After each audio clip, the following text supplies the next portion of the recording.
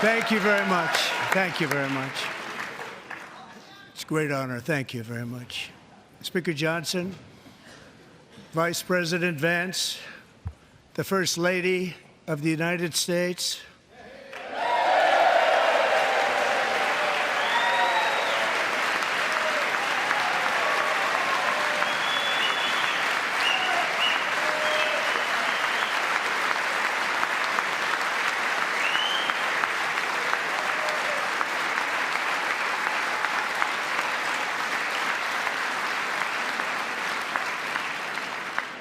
members of the United States Congress, thank you very much.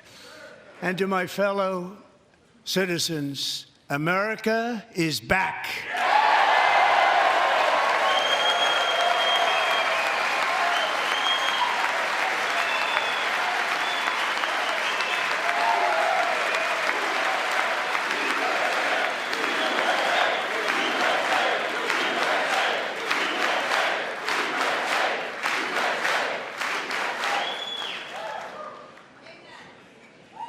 6 weeks ago, I stood beneath the dome of this Capitol and proclaimed the dawn of the golden age of America. From that moment on, it has been nothing but swift and unrelenting action to usher in the greatest and most successful era in the history of our country. We have accomplished more in 43 days than most administrations accomplished in 4 years or 8 years, and we are just getting started.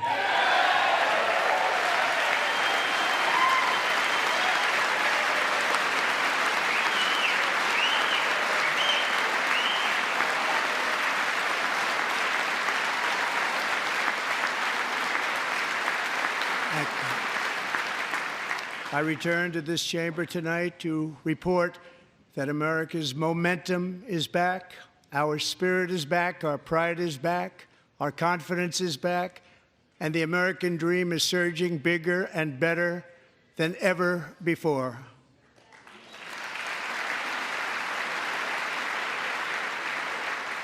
The American dream is unstoppable, and our country is on the verge of a comeback, the likes of which the world has never witnessed and perhaps will never witness again. There's never been anything like it. The presidential election of November 5th was a mandate like has not been seen in many decades. We won all 7 swing states, giving us an electoral college victory of 312 votes.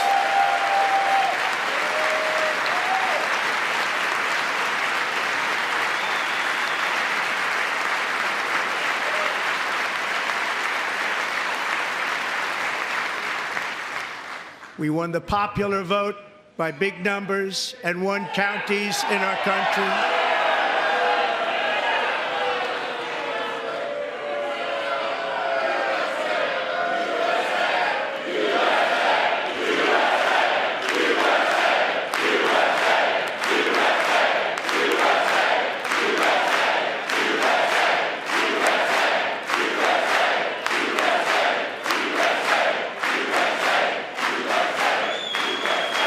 And won counties in our country, 2,700 to 525, on a map that reads almost completely red for Republican.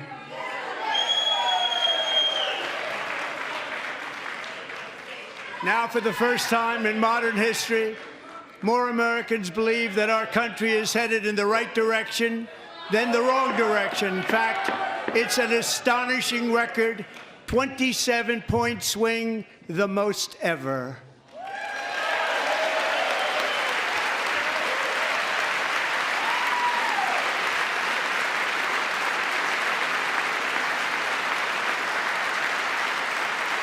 Likewise, small business optimism saw its single largest one-month gain ever recorded, a 41-point jump.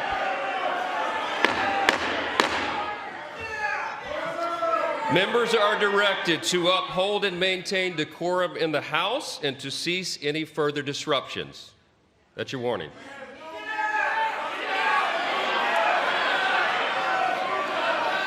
Members are engaging in willful and continuing breach of decorum, and the chair is prepared to direct the Sergeant-at-Arms to restore order to the joint session.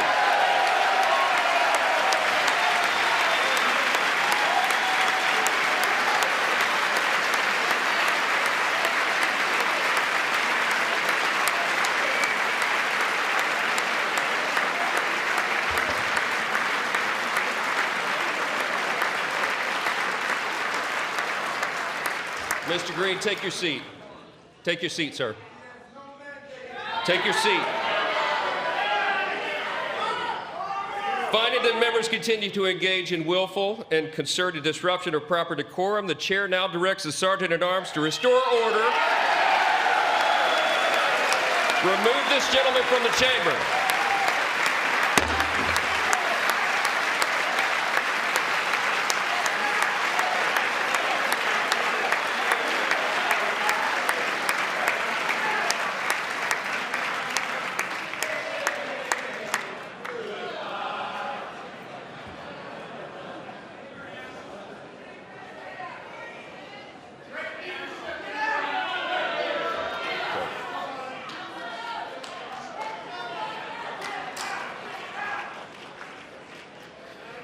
Members are directed to uphold and maintain decorum in the House.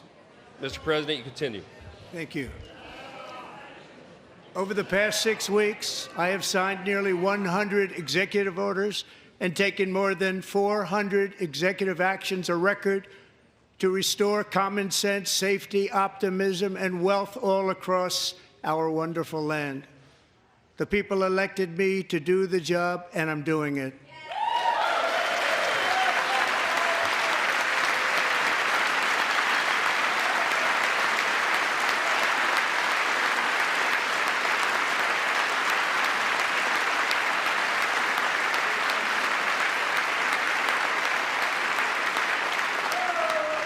In fact, it has been stated by many that the first month of our presidency, it's our presidency, is the most successful in the history of our nation. By many.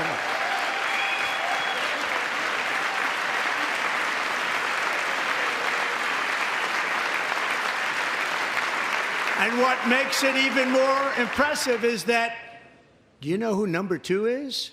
George Washington. How about that? How about that? I don't know about that list, but we'll take it. Within hours of taking the oath of office, I declared a national emergency on our southern border, and I deployed the U.S. military and Border Patrol to repel the invasion of our country. And what a job they've done. As a result, illegal border crossings last month were by far the lowest ever recorded, ever.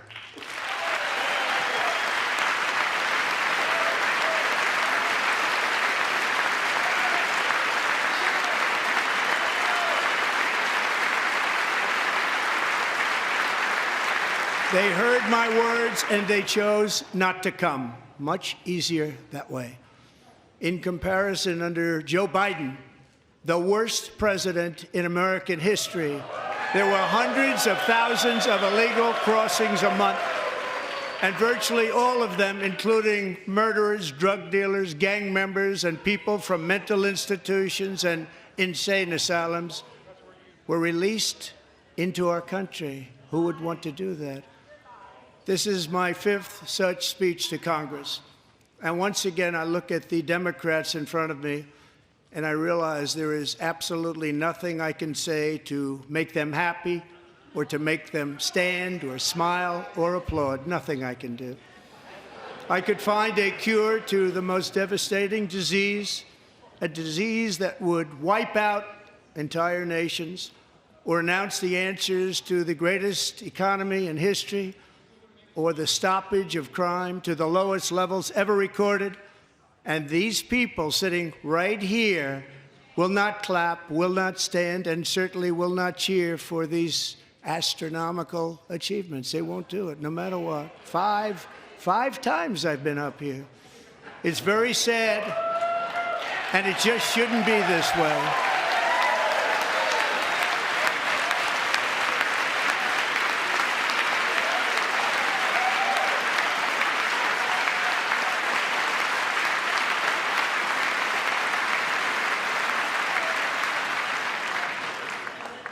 So Democrats sitting before me, for just this one night, why not join us in celebrating so many incredible wins for America?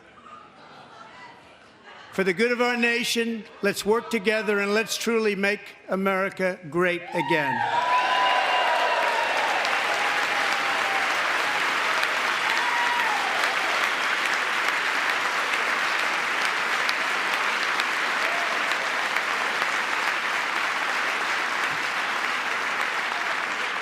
Every day, my administration is fighting to deliver the change America needs to bring a future that America deserves, and we're doing it. This is a time for big dreams and bold action. Upon taking office, I imposed an immediate freeze on all federal hiring, a freeze on all new federal regulations, and a freeze on all foreign aid.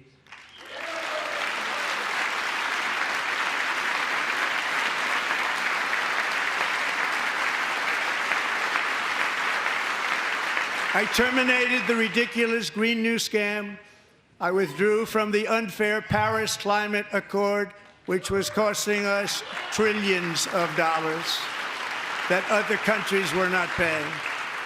I withdrew from the corrupt World Health Organization.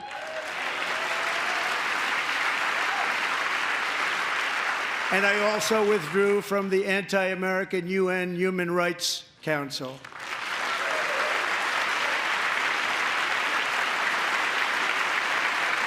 We ended all of Biden's environmental restrictions that were making our country far less safe and totally unaffordable. And importantly, we ended the last administration's insane electric vehicle mandate, saving our auto workers and companies from economic destruction.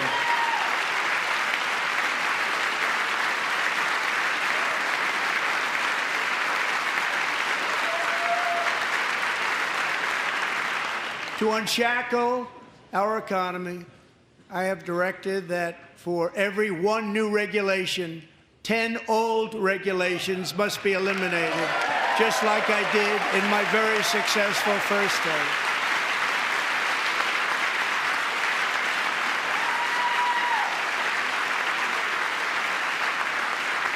And in that first term, we set records on ending unnecessary rules and regulations like no other president had done before.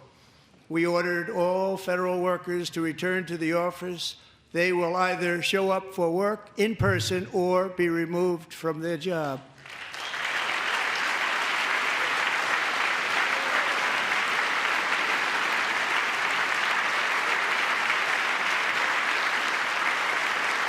And we have ended weaponized government where, as an example, a sitting president is allowed to viciously prosecute his political opponent, like me. How did that work out? Not too good. Not too good.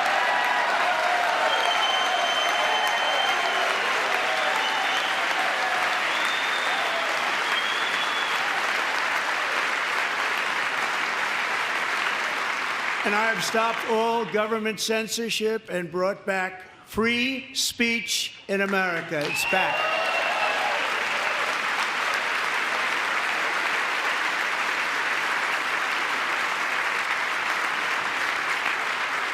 And 2 days ago, I signed an order making English the official language of the United States of America.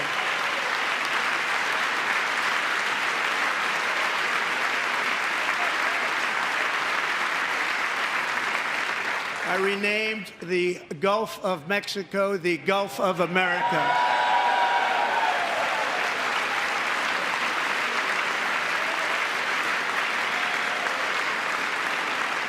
And likewise, I renamed, for a great president, William McKinley, Mount McKinley again.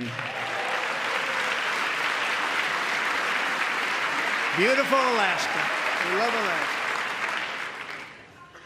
We've ended the tyranny of so-called diversity, equity, and inclusion policies all across the entire federal government and indeed the private sector and our military. And our country will be woke no longer.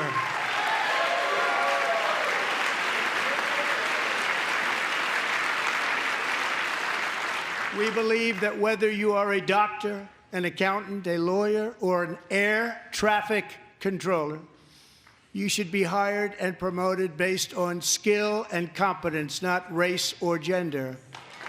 Very important.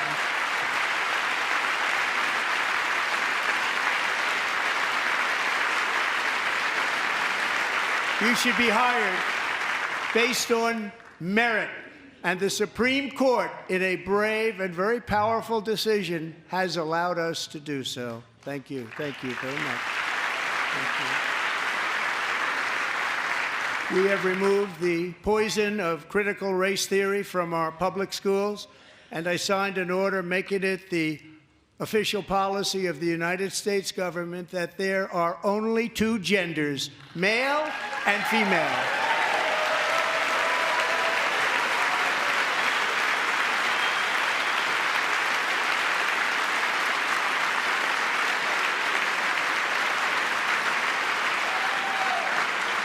I also signed an executive order to ban men from playing in women's sports.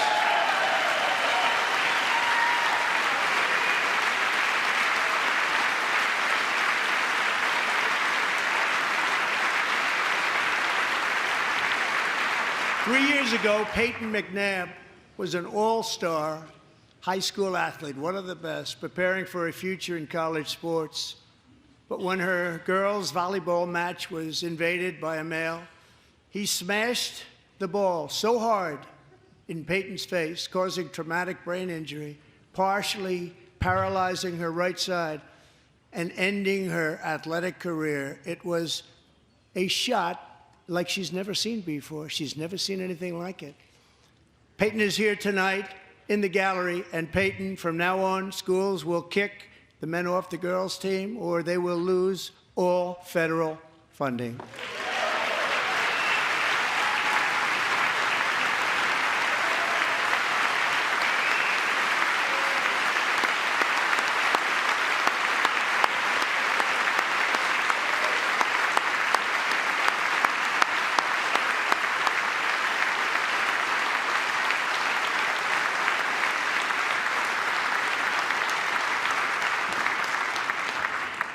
And if you really want to see numbers, just take a look at what happened in the women's boxing, weightlifting, track and field, swimming, or cycling, where a male recently finished a long-distance race 5 hours and 14 minutes ahead of a woman for a new record by 5 hours.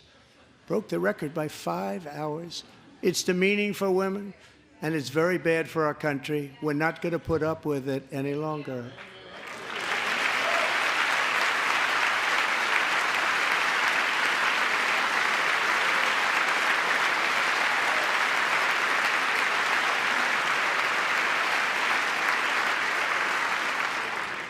What I have just described is only a small fraction of the common sense revolution that is now, because of us, sweeping the entire world.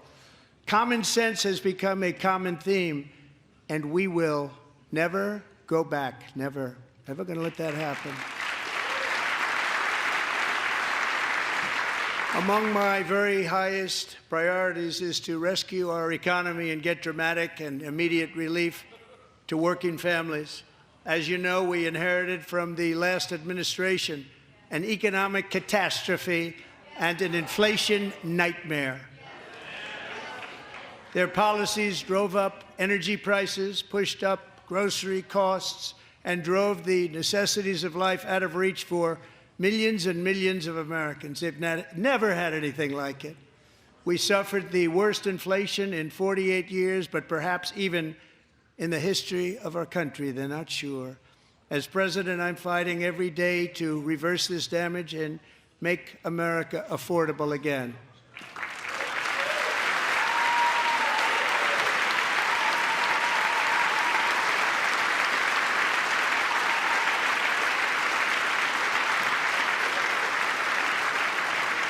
Joe Biden especially let the price of eggs get out of control. The egg price is out of control. And we're working hard to get it back down. Secretary, do a good job on that. You inherited a total mess from the previous administration. Do a good job.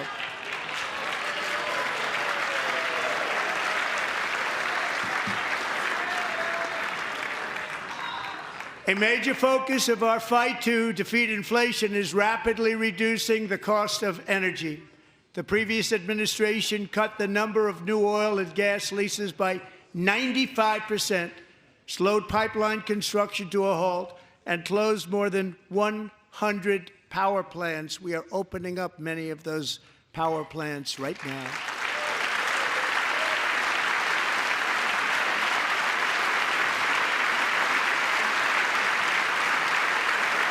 And frankly, we have never seen anything like it. That's why on my first day in office, I declared a national energy emergency. As you've heard me say many times, we have more liquid gold under our feet than any nation on earth, and by far.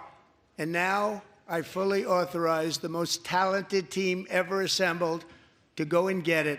It's called Drill, Baby, Drill.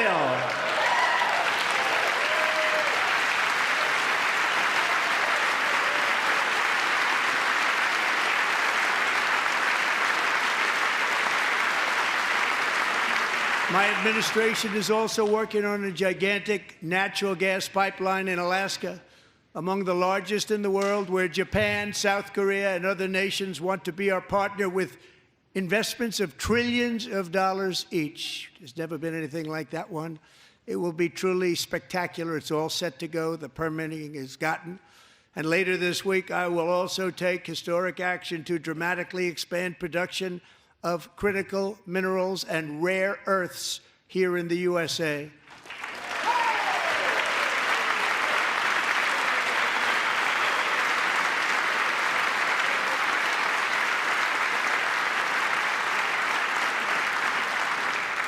To further combat inflation, we will not only be reducing the cost of energy, but will be ending the flagrant waste of taxpayer dollars.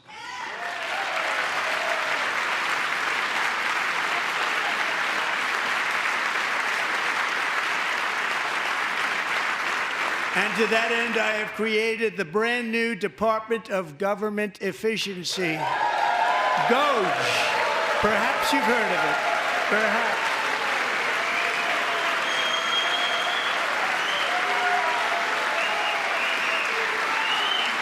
Which is headed by Elon Musk, who is in the gallery tonight.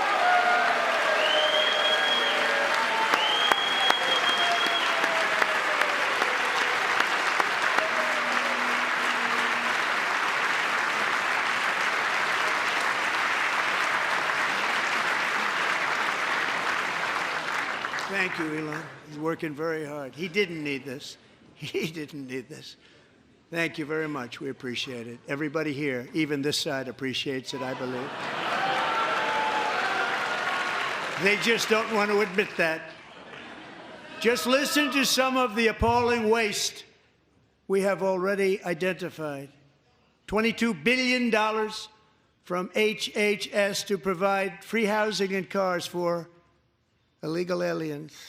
$45 million for diversity, equity, and inclusion scholarships in Burma. $40 million to improve the social and economic inclusion of sedentary migrants. Nobody knows what that is. $8 million to promote LGBTQI+ in the African nation of Lesotho, which nobody has ever heard of. $60 million for indigenous peoples and Afro-Colombian empowerment, in Central America, $60 million. $8 million for making mice transgender. This is real. $32 million for a left-wing propaganda operation in Moldova. $10 million for male circumcision in Mozambique. $20 million for the Arab Sesame Street in the Middle East. It's a program. $20 million for a program. $1.9 billion to recently created Decarbonization of Homes Committee, headed up, and we know she's involved. Just at the last moment, the money was passed over by a woman named Stacey Abrams. Have you ever heard of her? A $3.5 million consulting contract for lavish fish monitoring. $1.5 million for voter confidence in Liberia. $14 million for social cohesion in Mali. $59 million for illegal alien hotel rooms in New York City. He's a real estate developer. He's done very well. $250,000 to increase vegan local climate action innovation in Zambia. $42 million for social and behavior change in Uganda. $14 million for improving public procurement in Serbia. $47 million for improving learning outcomes in Asia. Asia's doing very well with learning. I don't know what we're doing. We should use it ourselves. And $101 million for DEI contracts at the Department of Education, the most ever paid, nothing even like it. Under the Trump administration, all of these scams, and they're far worse, but I didn't think it was appropriate to talk about them. They're so bad. Many more have been found out and exposed and swiftly terminated by a group of very intelligent, mostly young people, headed up by Elon, and we appreciate it. We found hundreds of billions of dollars of fraud.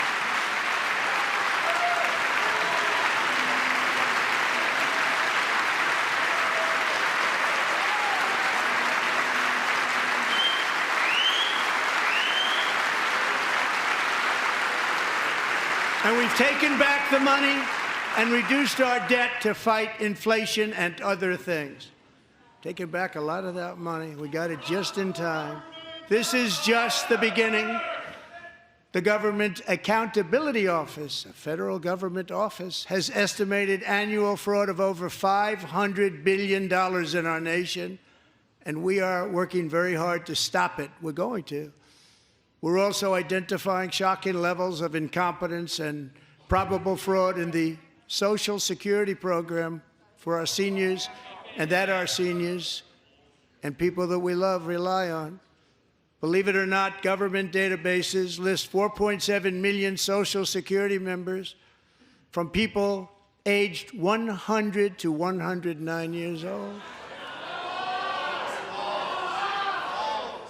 It lists 3.6 million people from ages 110 to 119. I don't know any of them. I know some people that are rather elderly, but not quite that elderly. 3.47 million people from ages 120 to 129. 3.9 million people from ages 130 to 139. 3.5 million people from ages 140 to 149. And money is being paid to many of them, and we're searching right now. In fact, Pam, good luck. Good luck. You're going to find it. But a lot of money is paid out to people because it just keeps getting paid, and nobody does, and it really hurts Social Security and hurts our country. 1.3 million people from ages 150 to 159, and over 130,000 people, according to the Social Security databases, are age over 160 years old. We have a healthier country than I thought, Bobby.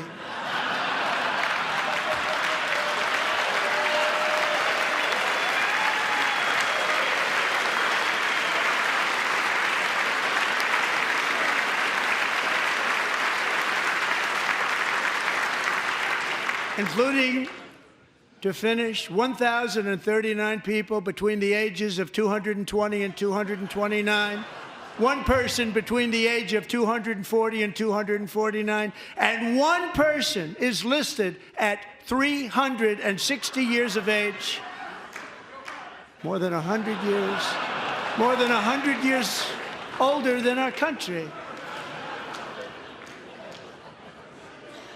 But we're going to find out where that money's going, and it's not going to be pretty. By slashing all of the fraud, waste, and theft we can find, we will defeat inflation, bring down mortgage rates, lower car payments and grocery prices, protect our seniors, and put more money in the pockets of American families.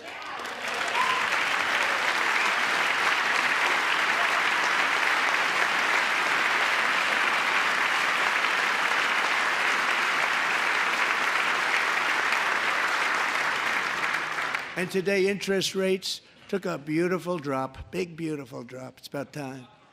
And in the near future, I want to do what has not been done in 24 years, balance the federal budget. We're going to balance it.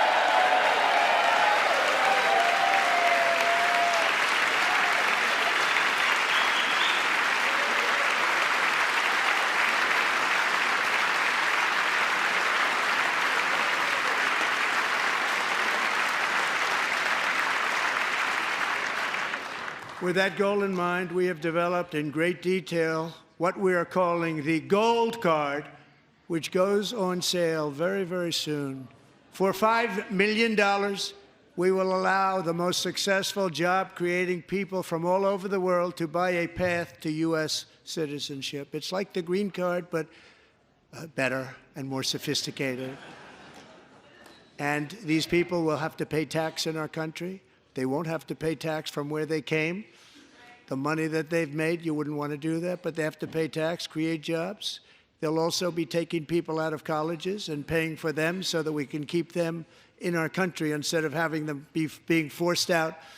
Number one, at the top school, as an example, being forced out and not being allowed to stay and create tremendous numbers of jobs and great success for a company out there. So while we take out the criminals, killers, traffickers, and child predators who are allowed to enter our country under the open border policy of these people, the Democrats, the Biden administration, the open border insane policies that you've allowed to destroy our country, we will now bring in brilliant, hardworking, job-creating people. They're going to pay a lot of money, and we're going to reduce our debt with that money.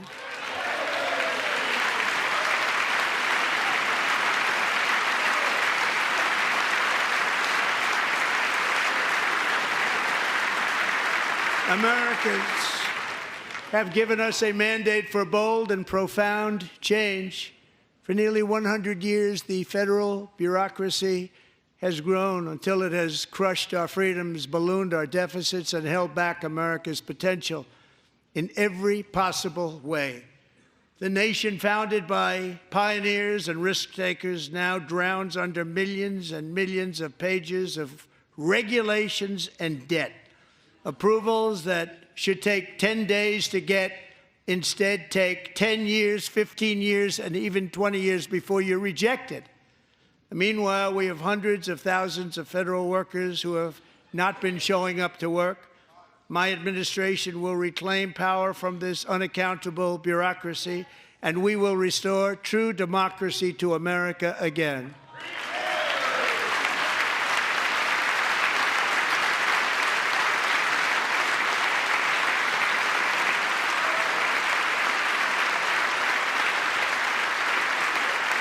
And any federal bureaucrat who resists this change will be removed from office immediately. Because we are draining the swamp. It's very simple. And the days of rule by unelected bureaucrats are over.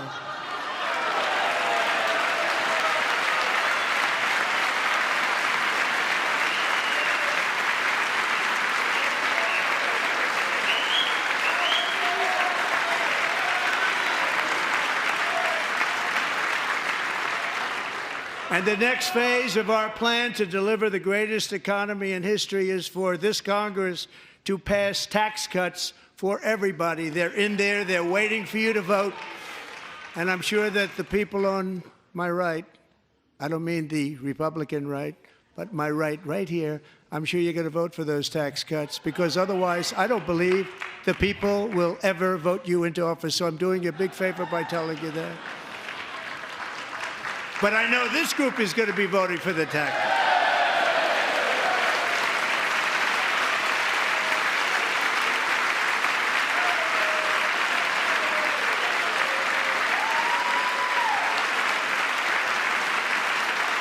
Thank you. It's a very, very big part of our plan. We had tremendous success in our first term with it. A very big part of our plan. We're seeking permanent income tax cuts all across the board. And to get urgently needed relief to Americans hit especially hard by inflation, I'm calling for no tax on tips, no tax on overtime, and no tax on Social Security benefits for our great seniors.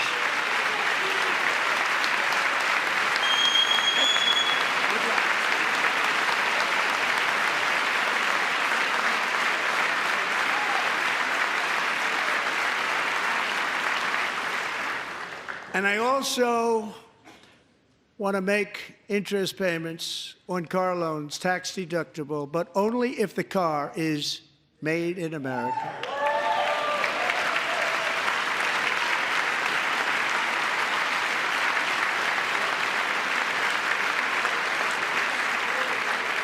And by the way, we're going to have growth in the auto industry like nobody's ever seen. Plants are opening up all over the place. Deals are being made. Never seen. That's a combination of the election win and tariffs. It's a beautiful word, isn't it?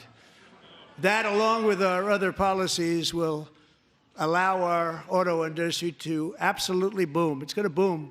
Spoke to the majors today, all three, the top people, and they're so excited. In fact, already numerous car companies have announced that they will be building massive automobile plants in America, with Honda just announcing a new plant in Indiana, one of the largest anywhere in the world.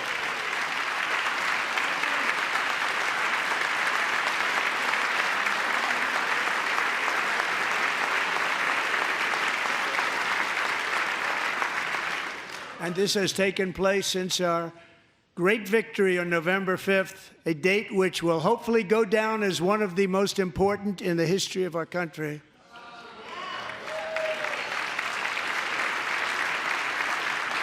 In addition, as part of our tax cuts, we want to cut taxes on domestic production and all manufacturing. And just as we did before, we will provide 100% expensing. It will be retroactive to January 20th, 2025. And it was one of the main reasons why our tax cuts were so successful in our first term, giving us the most successful economy in the history of our country. First term. We had a great first term.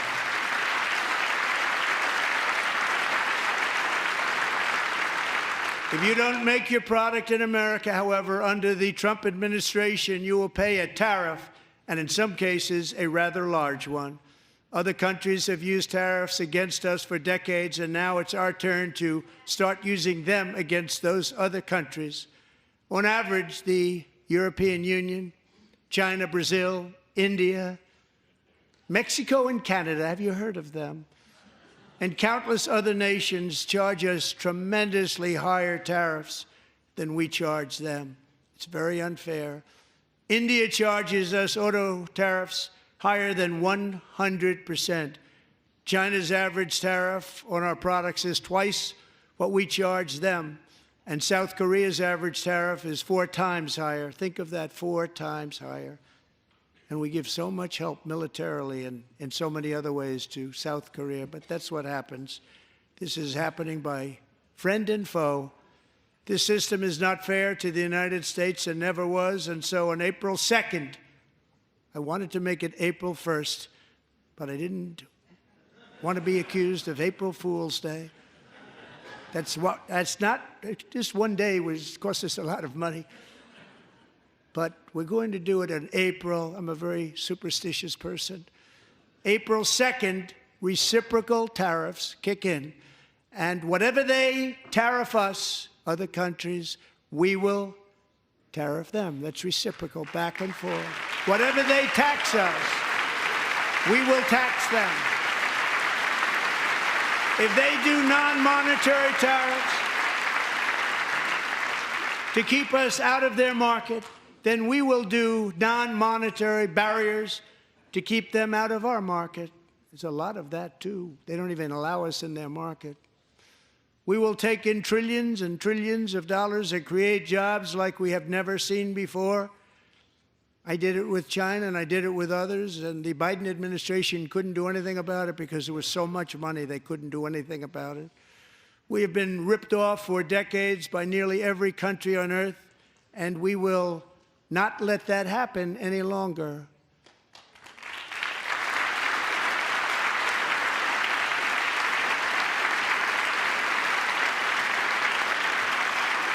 Much has been said over the last 3 months about Mexico and Canada, but we have very large deficits with both of them. But even more importantly, they've allowed fentanyl to come into our country at levels never seen before, killing hundreds of thousands of our citizens and many very young, beautiful people, destroying families. Nobody's ever seen anything like it. They are, in effect, receiving subsidies of hundreds of billions of dollars. We pay subsidies to Canada and to Mexico of hundreds of billions of dollars, and the United States will not be doing that any longer. We're not going to do it any longer.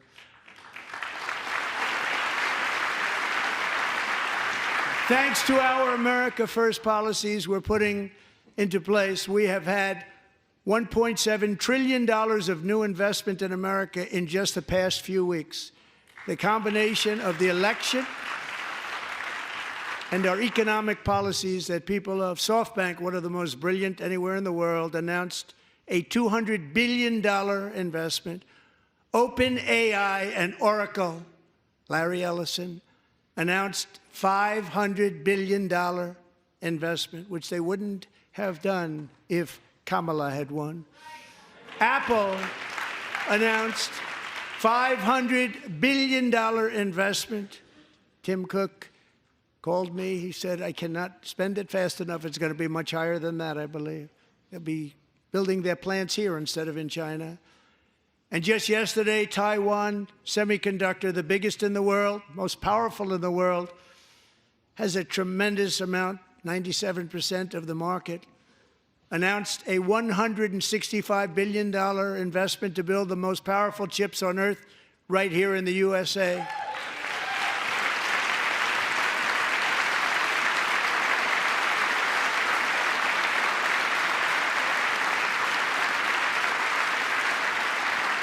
And we're not giving them any money. Your CHIPS Act is a horrible, horrible thing. We give hundreds of billions of dollars, and it doesn't mean a thing. They take our money and they don't spend it.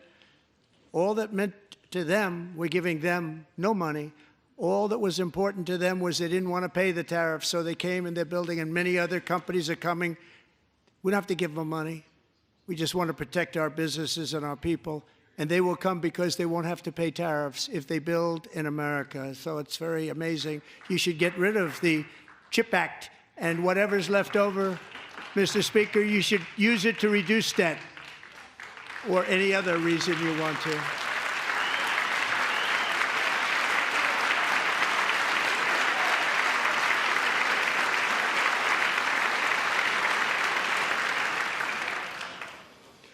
Our new trade policy will also be great for the American farmer. I love the farmer,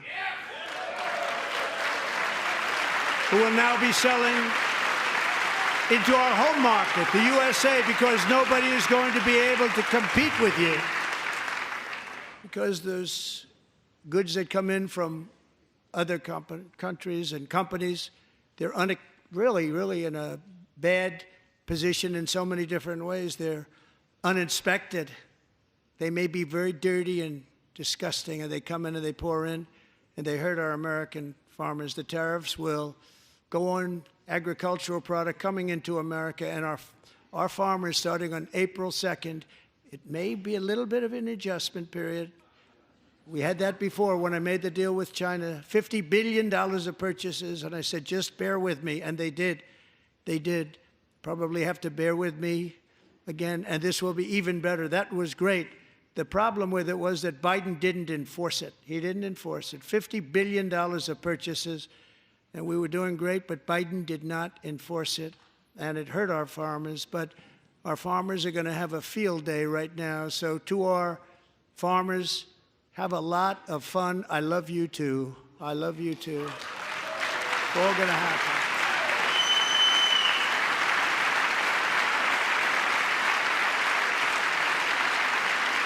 And I have also imposed a 25% tariff on foreign aluminum, copper, lumber, and steel, because if we don't have, as an example, steel and lots of other things, we don't have a military, and frankly, we just won't have a country very long.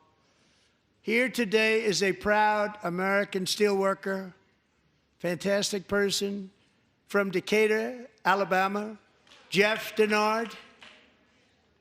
Has been working at the same steel plant for 27 years in a job that has allowed him to serve as the captain of his local volunteer fire department, raise 7 children with his beautiful wife, Nicole, and over the years provide a loving home for more than 40 foster children. So great, Jeff.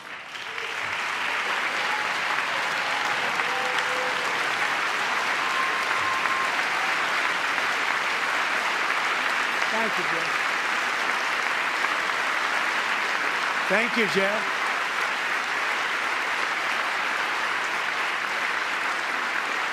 Stories like Jeff's remind us that tariffs are not just about protecting American jobs. They're about protecting the soul of our country. Tariffs are about making America rich again and making America great again, and it's happening, and it will happen rather quickly. There'll be a little disturbance, but we're okay with that. It won't be much. No, you're not. Oh. And look where Biden took us. Very low, the lowest we've ever been. Jeff, I want to thank you very much. And I also want to recognize another person who has devoted herself to foster care community. She works so hard on it. A very loving person, our magnificent First Lady of the United States.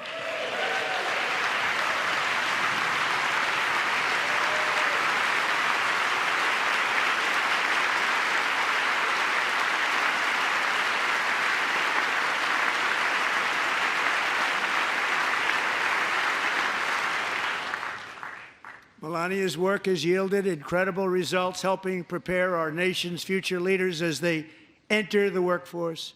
Our First Lady is joined by 2 impressive young women, very impressive. Haley Ferguson, who benefited from the First Lady's Fostering the Future initiative and is poised to complete her education and become a teacher. And Elliston Berry, who became a victim of an illicit deepfake image produced by a peer. With Elliston's help, the Senate just passed the Take It Down Act, and this is so important. Thank you very much, John. John Thune, thank you. Stand up, John. Thank you, John.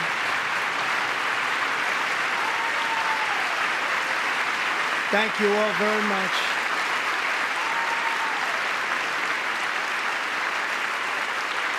Thank you. And thank you to John Thune and the Senate. Great job. To criminalize the publication of such images online is a terrible, terrible thing. And once it passes the House, I look forward to signing that bill into law.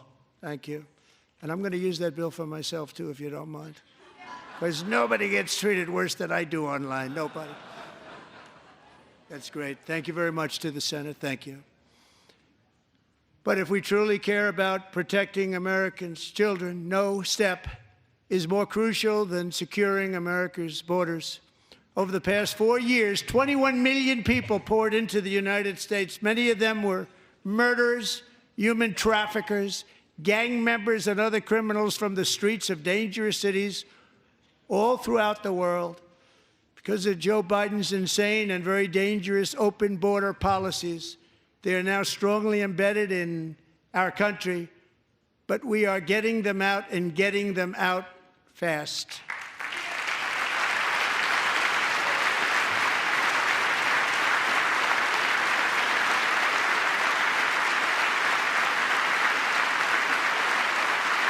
And I want to thank Tom Homan and Christy. I want to thank you and Paul of Border Patrol. I want to thank you. What a job they've all done, everybody. Border Patrol, ICE, law enforcement in general is incredible. We have to take care of our law enforcement. Have to.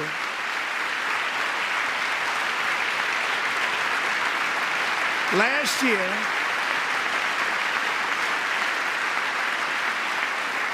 a brilliant 22-year-old nursing student named Laken Riley, the best in her class, admired by everybody, went out for a jog on the campus of the University of Georgia. That morning, Laken was viciously attacked, assaulted, beaten, brutalized, and horrifically murdered. Laken was stolen from us by a savage illegal alien gang member who was arrested while trespassing across Biden's open southern border and then set loose into the United States under the heartless policies of that failed administration. It was indeed a failed administration.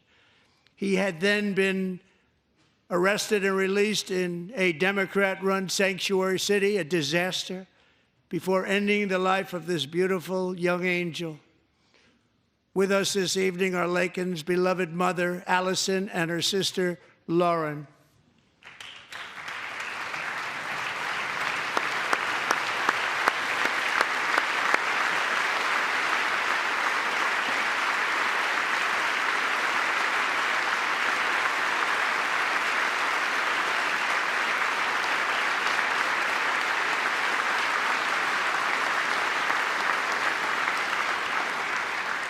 Last year, I told Laken's grieving parents that we would ensure their daughter would not have died in vain.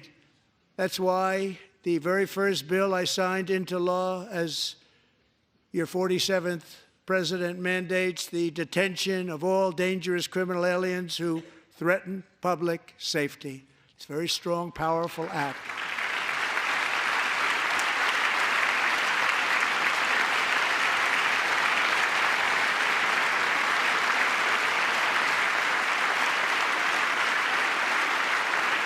It's called the Laken-Riley Act.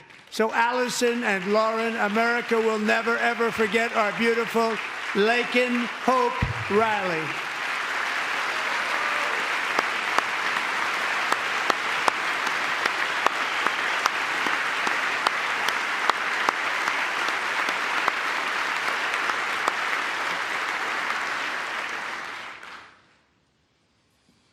Thank you very much. Since taking office, my administration has launched the most sweeping border and immigration crackdown in American history, and we quickly achieved the lowest numbers of illegal border crossers ever recorded. Thank you.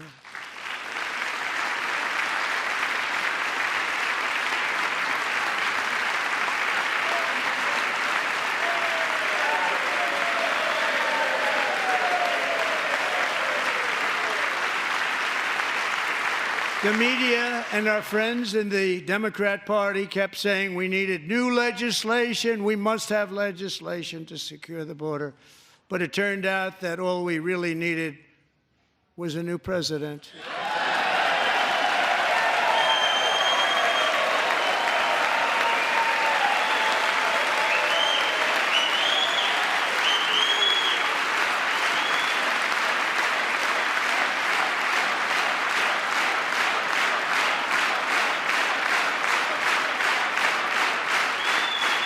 Thank you.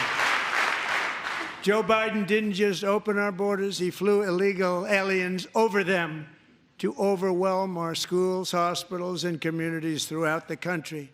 Entire towns like Aurora, Colorado, and Springfield, Ohio, buckled under the weight of the migrant occupation and corruption like nobody's ever seen before. Beautiful towns destroyed. Now, just as I promised in my inaugural address, we are achieving the great liberation of America.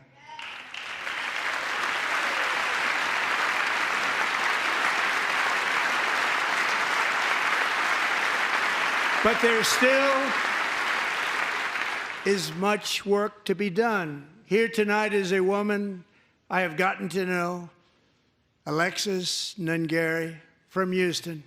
Wonderful woman. Last June, Alexis's 12-year-old daughter, her precious Jocelyn, walked to a nearby convenience store. She was kidnapped, tied up, assaulted for 2 hours under a bridge, and horrifically murdered. Arrested and charged with this heinous crime are 2 illegal alien monsters from Venezuela, released into America by the last administration through their ridiculous open border. The death of this beautiful 12-year-old girl and the agony of her mother and family touched our entire nation greatly. Alexis, I promised that we would always remember your daughter, your magnificent daughter, and earlier tonight I signed an order keeping my word to you. One thing I have learned about Jocelyn is that she loved animals so much. She loved nature.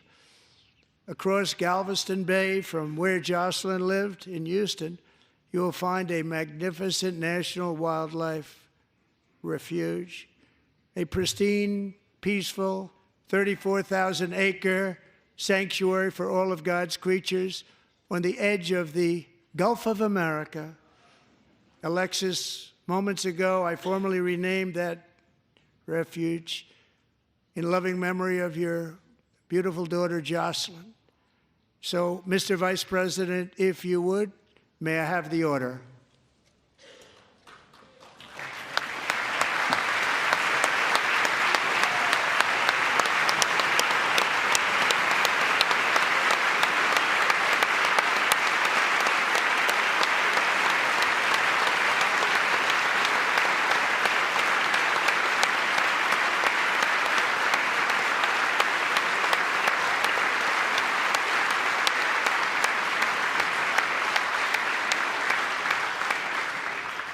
Thank you very much. All 3 savages charged with Jocelyn and Lakin's murders were members of the Venezuelan prison gang, the toughest gang, they say, in the world, known as Tren de Aragua. 2 weeks ago, I officially designated this gang, along with MS-13 and the bloodthirsty Mexican drug cartels, as foreign terrorist organizations.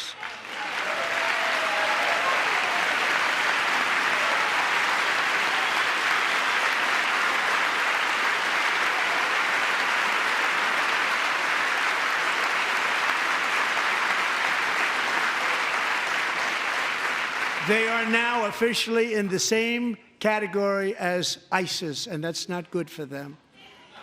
Countless thousands of these terrorists were welcomed into the U.S. by the Biden administration. But now every last one will be rounded up and forcibly removed from our country, or, if they're too dangerous, put in jails, standing trial in this country, because we don't want them to come back ever. With us this evening is a warrior on the front lines of that battle, Border Patrol Agent Roberto Ortiz. Great guy.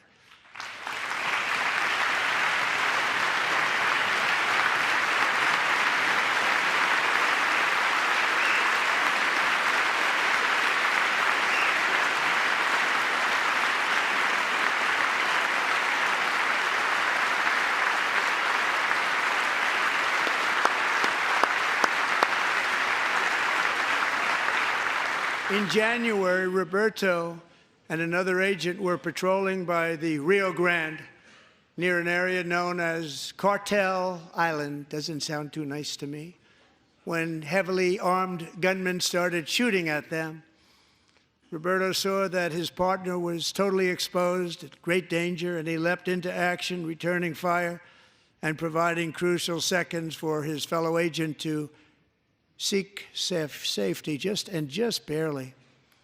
I have some of the prints of that event, and it was not good. Agent Ortiz, we salute you for your great courage and for your line of fire that you took, and for the bravery that you showed. We honor you, and we will always honor you. Thank you, Roberto, very much.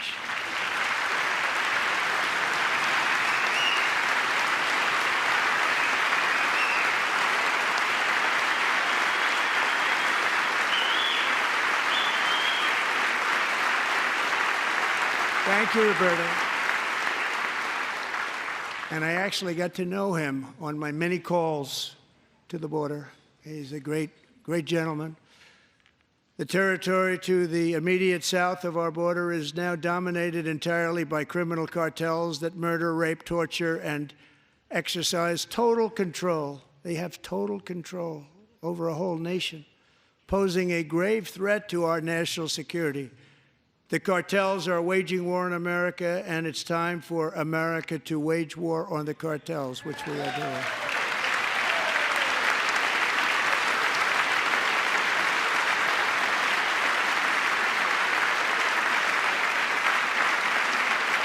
Five nights ago, Mexican authorities, because of our tariff policies being imposed on them, think of this, handed over to us 29 of the biggest cartel leaders in their country. That has never happened before. They want to make us happy.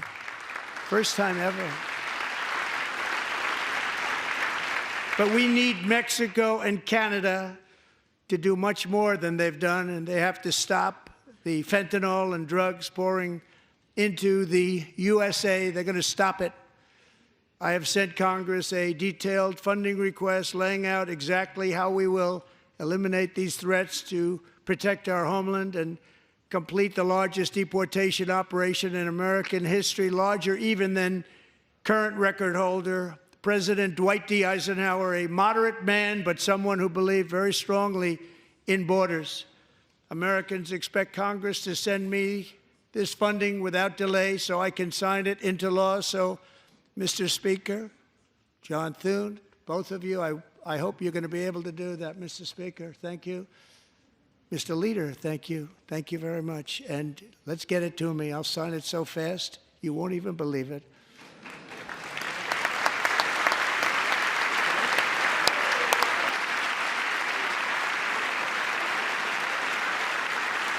And as we reclaim our sovereignty, we must also bring back law and order to our cities and towns.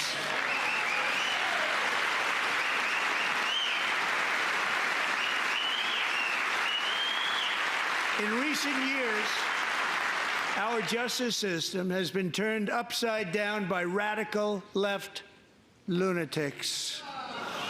Many jurisdictions virtually ceased enforcing the law against dangerous repeat offenders while weaponizing law enforcement against political opponents like me.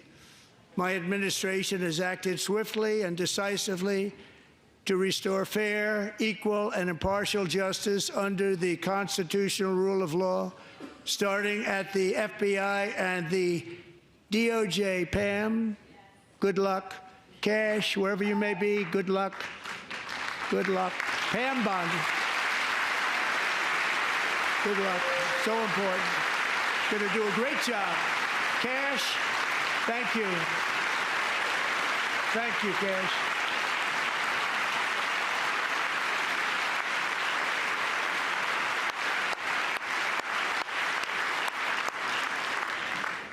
They've already started very strong. They're going to do a fantastic job. You're going to be very proud of them. We're also once again giving our police officers the support, protection, and respect they so dearly deserve. They have to get it. They have such a hard, dangerous job, but we're going to make it less dangerous. The problem is the bad guys don't respect the law, but they're starting to respect it, and they soon will respect it. This also includes our great fire departments throughout the country. Our firemen and women are unbelievable people, and we'll never forget them.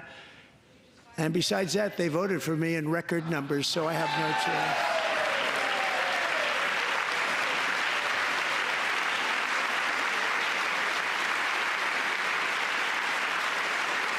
1 year ago this month, 31-year-old New York police officer Jonathan Diller, unbelievably wonderful person and a great officer, was gunned down at a traffic stop on Long Island. I went to his funeral. The vicious criminal charged with his murder had 21 prior arrests, and they were rough arrests, too. He was a real bad one. The thug in the seat next to him had 14 prior arrests. and went by the name of Killer. He was Killer. He killed other people, they say, a lot of them. I attended Officer Diller's service, and when I met his wife and one-year-old son, Ryan, it was very inspirational, actually. His widow's name is Stephanie, and she is here tonight. Stephanie, thank you very much, Stephanie. Thank you very much.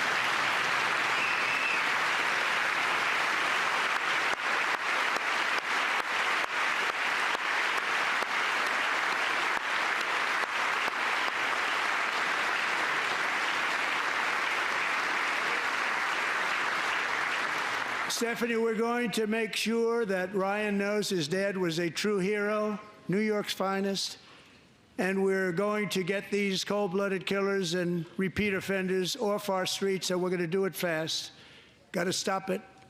They get out with 28 arrests. They push people into subway trains. They hit people over the head, back of the head with baseball bats. We got to get them out of here. I've already signed an executive order requiring a mandatory death penalty for anyone who murders a police officer, and tonight I'm asking Congress to pass that policy into permanent law.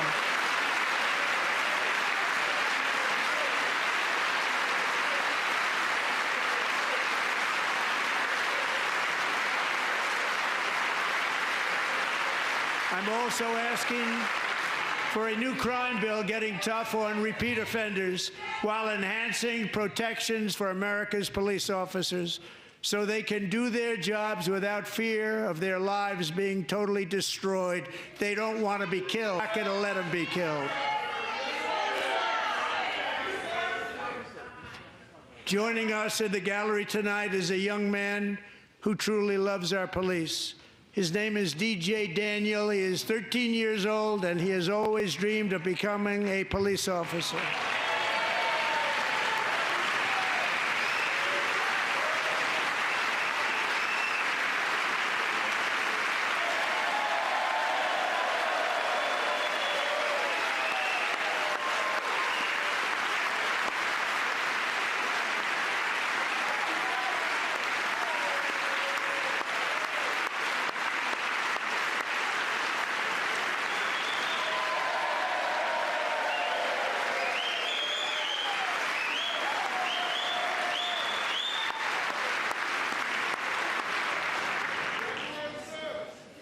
But in 2018, DJ was diagnosed with brain cancer.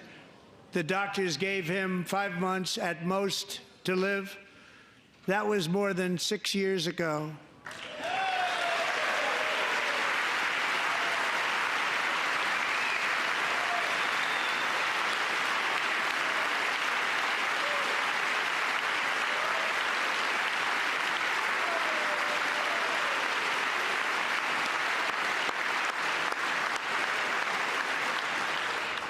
Since that time, DJ and his dad have been on a quest to make his dream come true, and DJ has been sworn in as an honorary law enforcement officer, actually a number of times.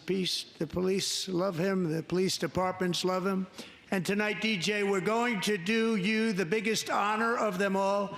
I am asking our new Secret Service Director, Sean Curran, to officially make you an agent of the United States Secret Service.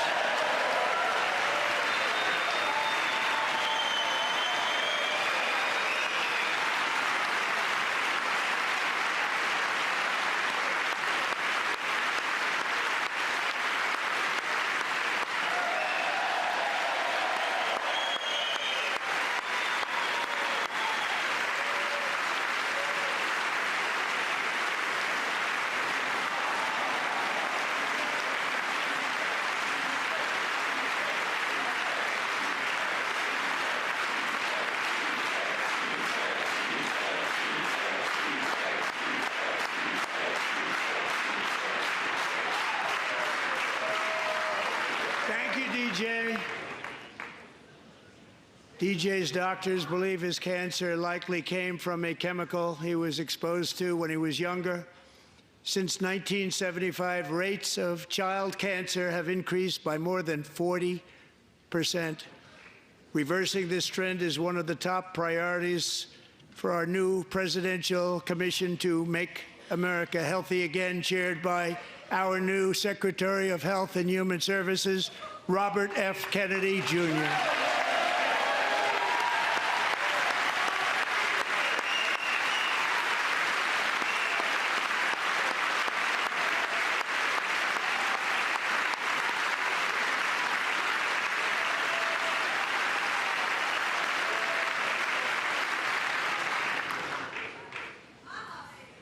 With the name Kennedy, you would have thought everybody over here would have been cheering. How quickly they forget. Our goal is to get toxins out of our environment, poisons out of our food supply, and keep our children healthy and strong. As an example, not long ago, and you can't even believe these numbers, 1 in 10,000 children had autism, 1 in 10,000. And now it's 1 in 36. There's something wrong. 1 in 36. Think of that. So we're going to find out what it is, and there's nobody better than Bobby and all of the people that are working with you. You have the best to figure out what is going on. Okay, Bobby? Good luck. It's a very important job. Thank you.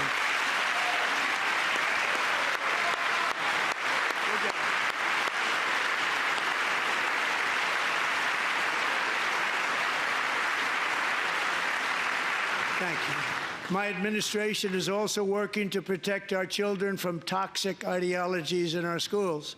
A few years ago, January Littlejohn and her husband discovered that their daughter's school had secretly socially transitioned their 13-year-old little girl. Teachers and administrators conspired to deceive January and her husband while encouraging her daughter to use a new name and pronouns. They, them pronoun, actually, all without telling January, who is here tonight and is now a courageous advocate against this form of child abuse. January, thank you. Thank you. Thank you very much.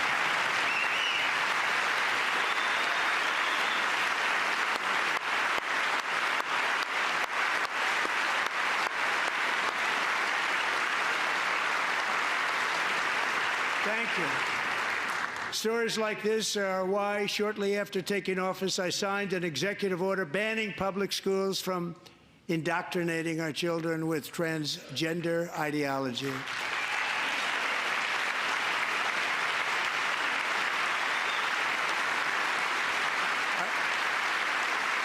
I also signed an order to cut off all taxpayer funding to any institution that engages in the sexual mutilation of our youth.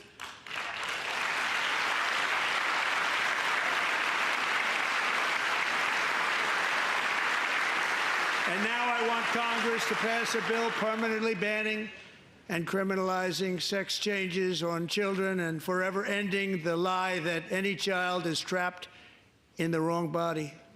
This is a big lie.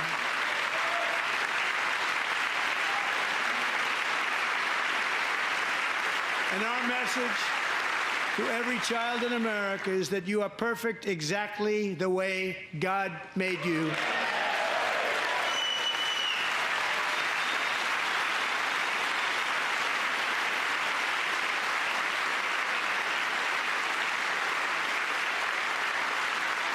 Because we're getting wokeness out of our schools and out of our military, and it's already out, and it's out of our society. We don't want it.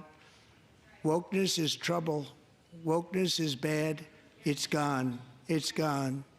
And we feel so much better for it, don't we? Don't we feel better?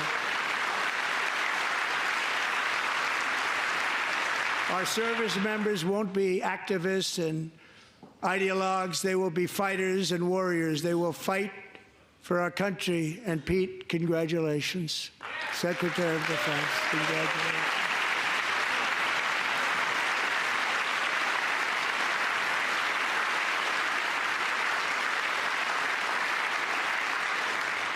And he's not big into the woke movement, I can tell you.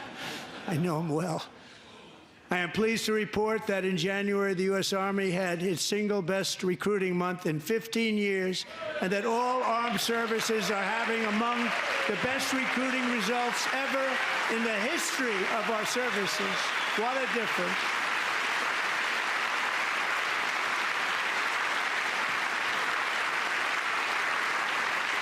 And you know, it was just a few months ago where the results were exactly the opposite. We couldn't recruit anywhere. We couldn't recruit. Now we're having the best results just about that we've ever had. What a tremendous turnaround. It's really a beautiful thing to see. People love our country again. It's very simple. They love our country, and they love being in our military again. So it's a great thing, and thank you very much. Great job. Thank you.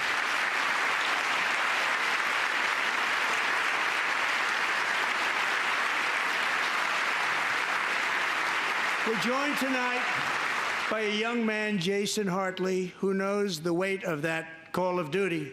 Jason's father, grandfather, and great-grandfather all wore the uniform. Jason tragically lost his dad, who was also a Los Angeles County Sheriff's deputy when he was just a boy, and now he wants to carry on the family legacy of service. Jason is a senior in high school, a six-letter varsity athlete, a really good athlete, they say, a brilliant student with a 4.46, that's good, GPA. And his greatest dream is to attend the U.S. Military Academy at West Point.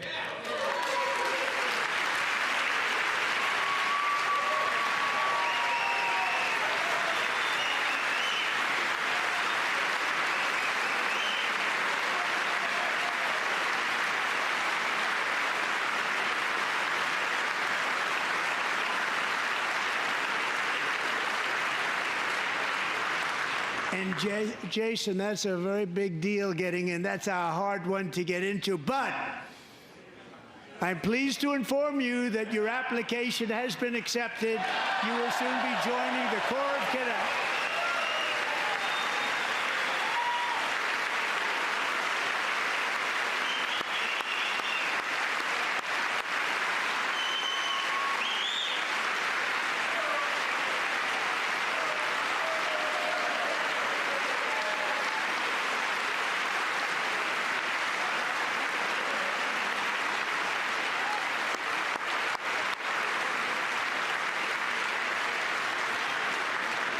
Thank you.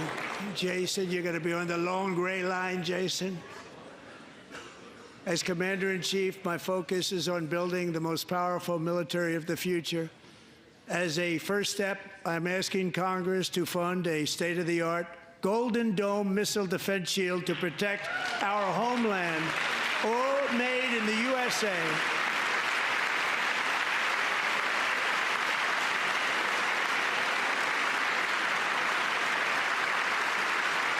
And Ronald Reagan wanted to do it long ago, but the technology just wasn't there, not even close. But now we have the technology. It's incredible, actually.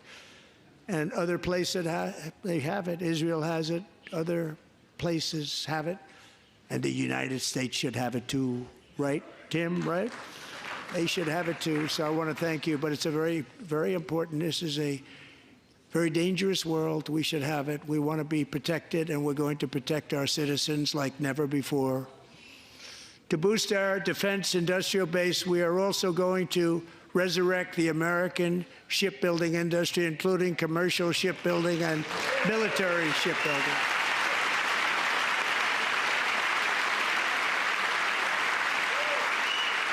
And for that purpose, I am announcing tonight that we will create a new Office of Shipbuilding in the White House and offer special tax incentives to bring this industry home to America where it belongs. We used to make so many ships. We don't make them anymore very much, but we're going to make them very fast, very soon.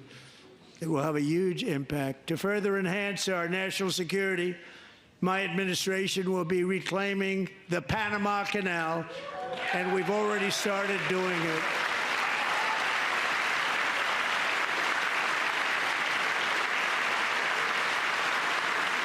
Just today, a large American company announced they are buying both ports around the Panama Canal and lots of other things having to do with the Panama Canal and a couple of other canals.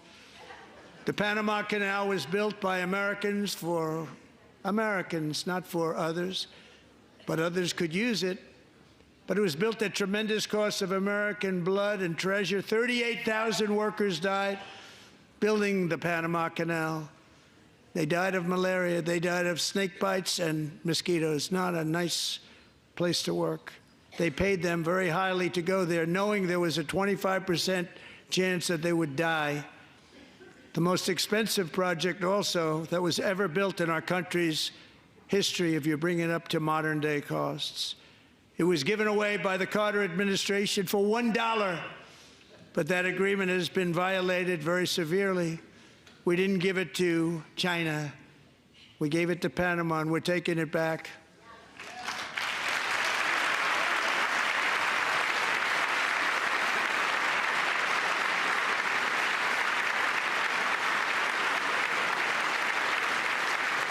And we have Marco Rubio in charge. Good luck, Marco. Now, we know who to blame. We're going to leave Congress there for a while. President Trump delivering that speech to very enthusiastic Republicans, less enthusiasm from the Democrats. He began addressing Congress by saying America is back. He said he had taken swift and unrelenting action to make America great again, and that he was just getting started. Things he talked about: immigration, cost of living measures, car making, social security, tariffs. Not much as yet on foreign policy. No mention of Gaza, no mention of Ukraine yet. It may come to that. One of the notable things, though, was the disruptions from Democratic representatives. Some of them walked out. We saw the removal of another. Meantime, across America and around the world, some frantic fact-checking going on now into some of the claims that he's made about moves his government has taken in the past few weeks. So let's get some analysis and bring in our global affairs editor, John Lyons, who's been listening along with us. Hi there, John. You're in Washington for this speech. Where to begin? I don't know. Perhaps with what happened right at the beginning, the Democrats showing how they feel about the president. Well, yes, Lorna, these tend to be usually partisan events anyway. It's rare for the Republicans to be too enthusiastic when Joe Biden was the president. But on this occasion, it appeared to be particularly bitter.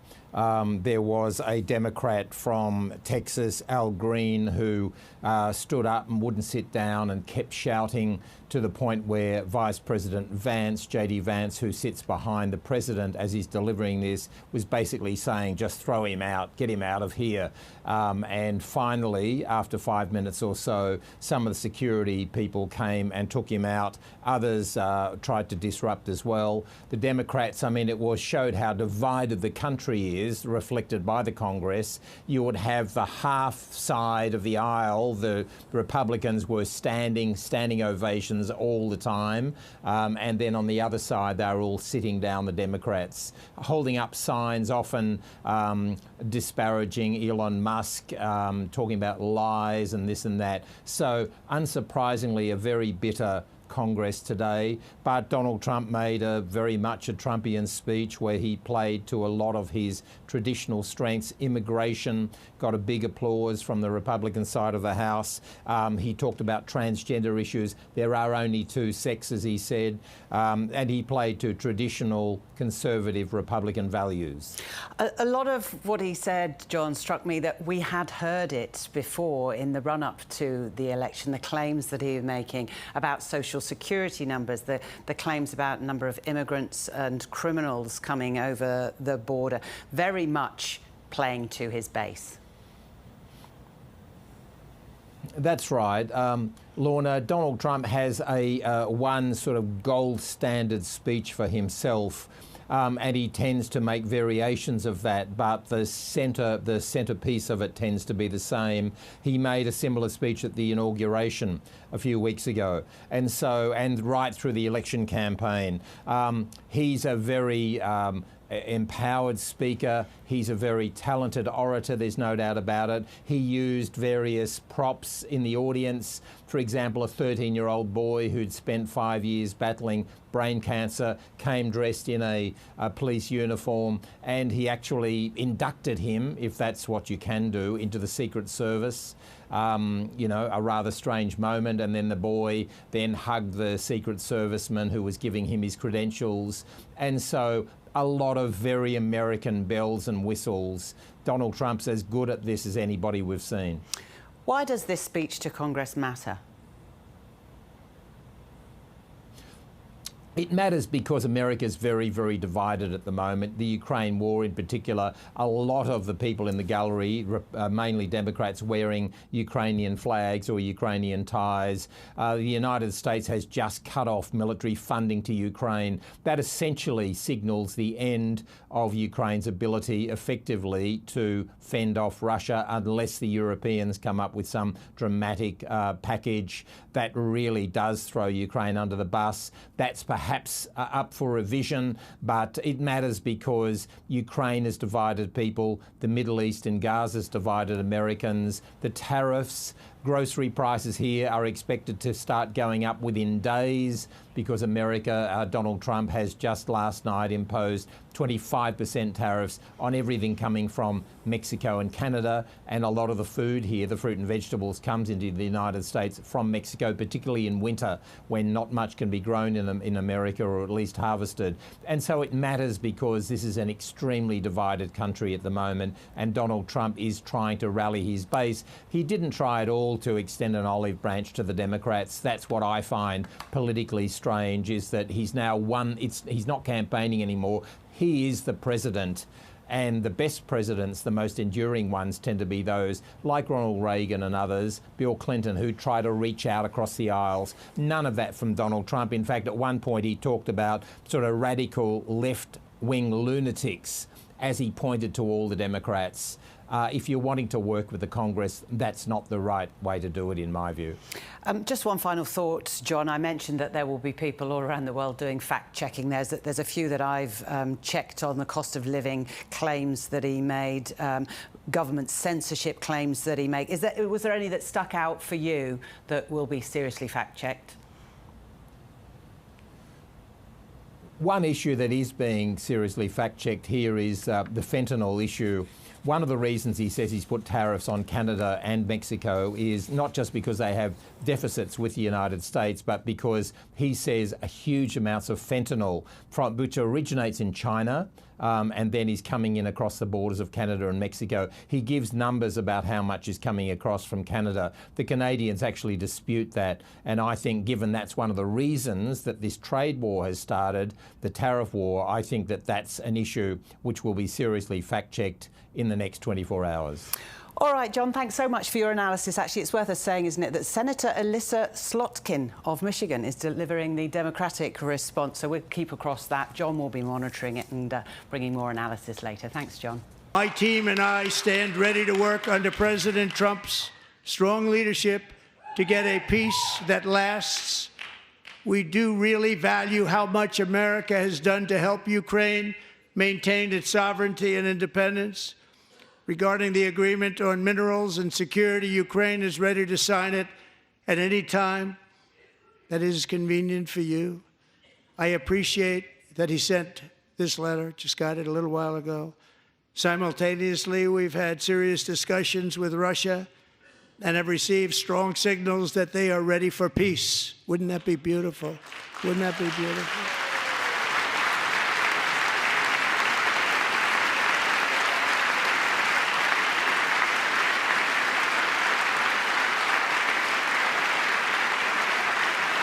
Wouldn't that be beautiful?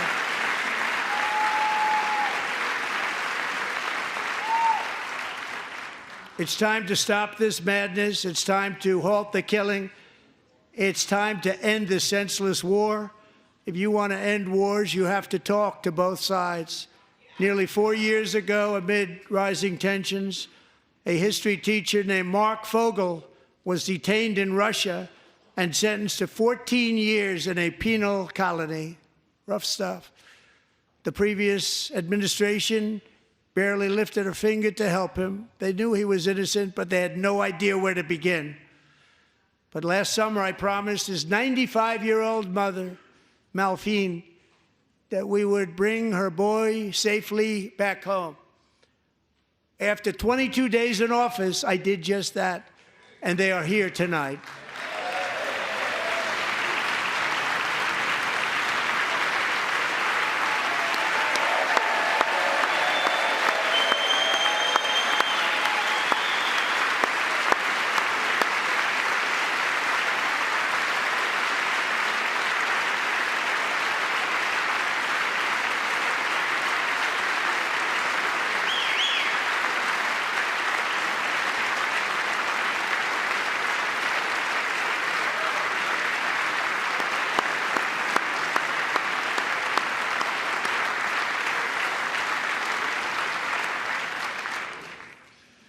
To Mark and his great mom, we are delighted to have you safe and sound and with us. As fate would have it, Mark Fogel was born in a small rural town in Butler, Pennsylvania. Have you heard of it? Where his mother has lived for the past 78 years. I just happened to go there last July 13th for a rally. That was not pleasant. And that is where I met his beautiful mom right before I walked onto that stage. And I told her I would not forget what she said about her son. And I never did I? Never forgot. Less than 10 minutes later, at that same rally, gunfire rang out, and a sick and deranged assassin unloaded 8 bullets from his sniper's perch into a crowd of many thousands of people. My life was saved by a fraction of an inch, but some were not so lucky. Corey Comparator was a firefighter, a veteran, a Christian, a husband, a devoted father, and above all, a protector. When the sound of gunshots pierced the air, it was a horrible sound. Corey knew instantly what it was and what to do. He threw himself on top of his wife and daughters and shielded them from the bullets with his own body. Corey was hit really hard. You know the story from there. He sacrificed his life to save theirs. 2 others, very fine people, were also seriously hit. But thankfully, with the help of 2 great country doctors, we thought they were gone, and they were saved. So those doctors had great talent. We're joined by Corey's wife, Helen, who was his high school sweetheart, and their 2 beloved daughters, Allison and Kaylee. Thank you.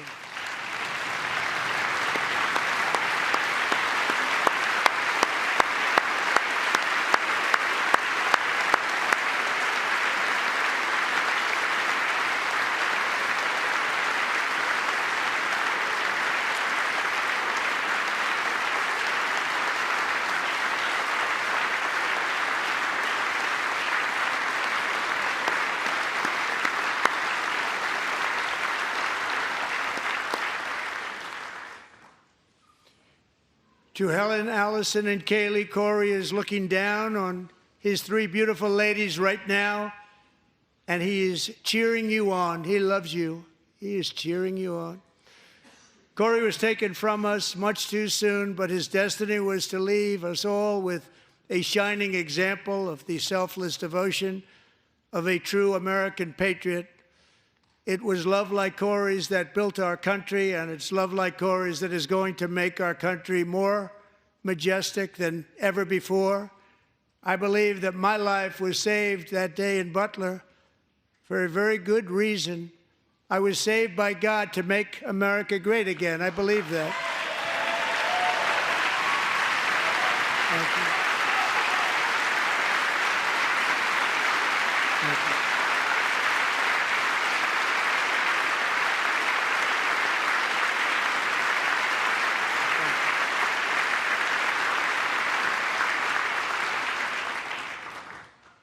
Thank you very much. From the Patriots of Lexington and Concord, to the heroes of Gettysburg and Normandy, from the warriors who crossed the Delaware to the trailblazers who climbed the Rockies, and from the legends who soared at Kitty Hawk to the astronauts who touched the moon.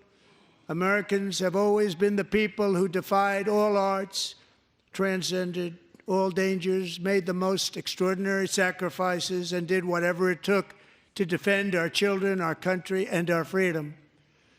And as we have seen in this chamber tonight, that same strength, faith, love, and spirit is still alive and thriving in the hearts of the American people. Despite the best efforts of those who would try to censor us, silence us, break us, destroy us, Americans are today a proud, free, sovereign, and independent nation that will always be free, and we will fight for it till death. We will never let anything happen to our beloved country, because we are a country of doers, dreamers, fighters, and survivors. Our ancestors crossed a vast ocean, strode into the unknown wilderness, and carved their fortunes from the rock and soil of a perilous and very dangerous frontier. They chased our destiny across a boundless continent. They built the railroads, laid the highways, and graced the world with American marvels like the Empire State Building, the mighty Hoover Dam, and the towering Golden Gate Bridge. They lit the world with electricity, broke free of the force of gravity, fired up the engines of American industry, vanquished the communists, fascists, and Marxists all over the world, and gave us countless modern wonders sculptured out of iron, glass, and steel. We stand on the shoulders of these pioneers who won and built the modern age, these workers who poured their sweat into the skylines of our cities, these warriors who shed their blood on fields of battle and gave everything they had for our rights and for our freedom. Now it is our time to take up the righteous cause of American liberty. And it is our turn to take America's destiny into our own hands and begin the most thrilling days in the history of our country. This will be our greatest era. With God's help, over the next 4 years, we are going to lead this nation even higher, and we are going to forge the freest, most advanced, most dynamic, and most dominant civilization ever to exist on the face of this earth. We are going to create the highest quality of life, build the safest and wealthiest and healthiest and most vital communities anywhere in the world. We are going to conquer the vast frontiers of science, and we're going to lead humanity into space and plant the American flag on the planet Mars and even far beyond.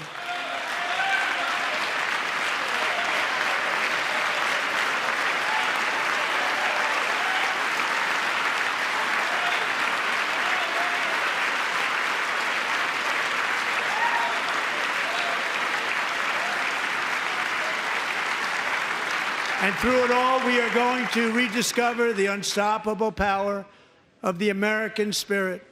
And we are going to renew unlimited promise of the American dream.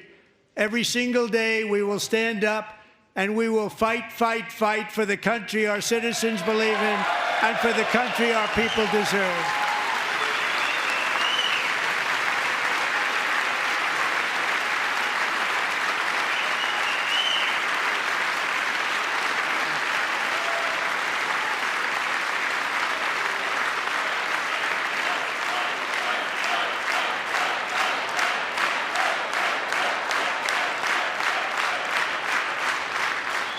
My fellow Americans, get ready for an incredible future, because the golden age of America has only just begun. It will be like nothing that has ever been seen before. Thank you, God bless you, and God bless America.